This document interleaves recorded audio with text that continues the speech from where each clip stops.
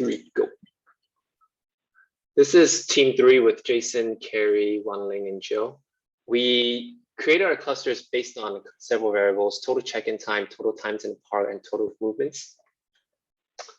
The first cluster that we looked at was Scott Jones's entourage. 7 IDs take the same route every single day, and they all take this route all the way to Grinosaurus stage where Scott Jones's event happens.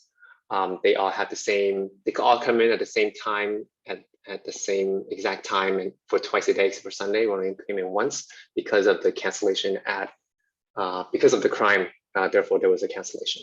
Another group we looked at was cluster 46, which we named thrill addicts.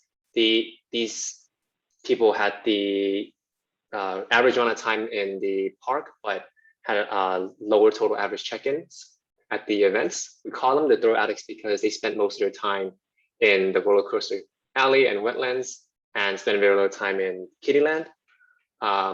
Looking at mini challenge 2, we saw that 2 communication IDs had a huge amount of communications compared to the average patron of the park. And looking closely, we saw that 839736 was probably a social media guru who blasted out social media communications because of the crime in question. And Wanling, you're next.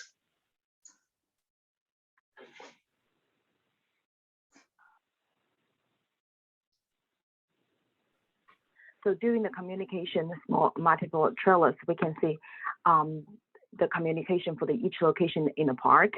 And for the most of them, I have the random but like a steady communications.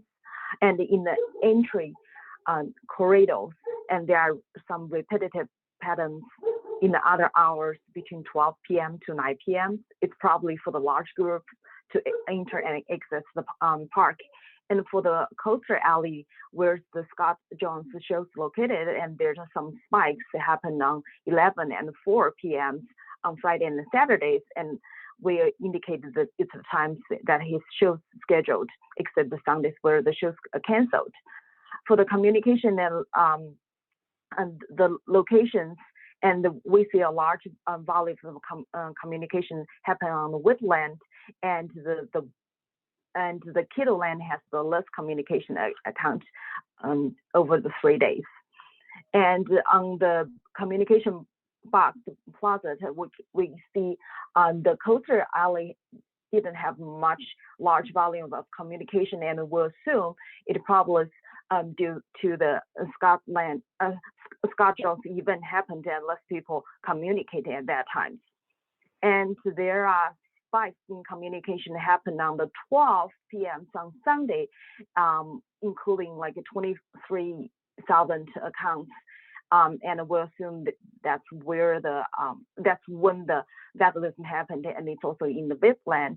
And other than that, there are like repetitive patterns happened on Friday at Saturday and Sunday during the 2, 4, 6, 8 p.m. That's probably where the event scheduled. Here goes to Carrie.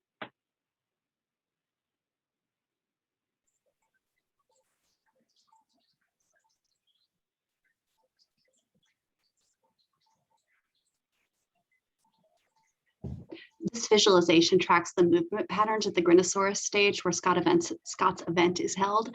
We can see the event was occurring roughly between 9 a.m. and 11 a.m. and 2 p.m. and 4 p.m.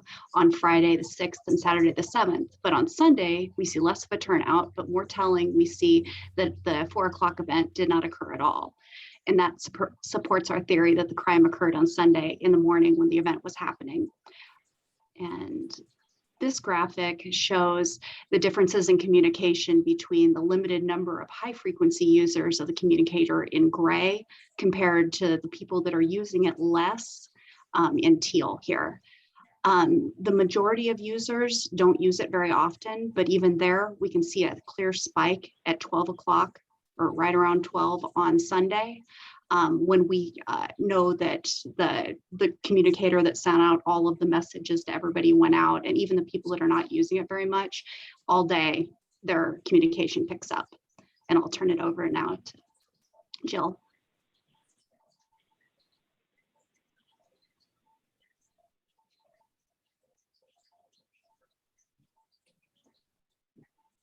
Carrie, if you could stop, there you go.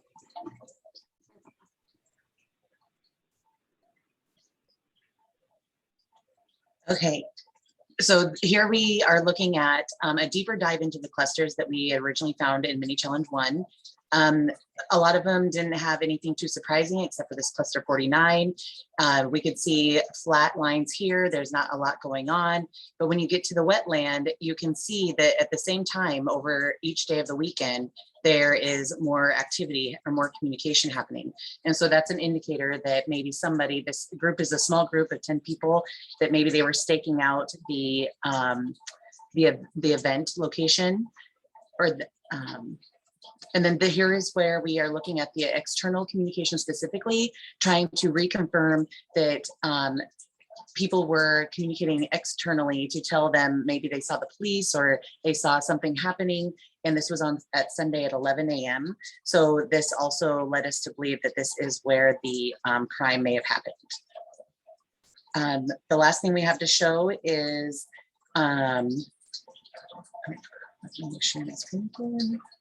our detailed plan, and it is showing that we have a plan to finish the project and record our final video and get everything submitted on time.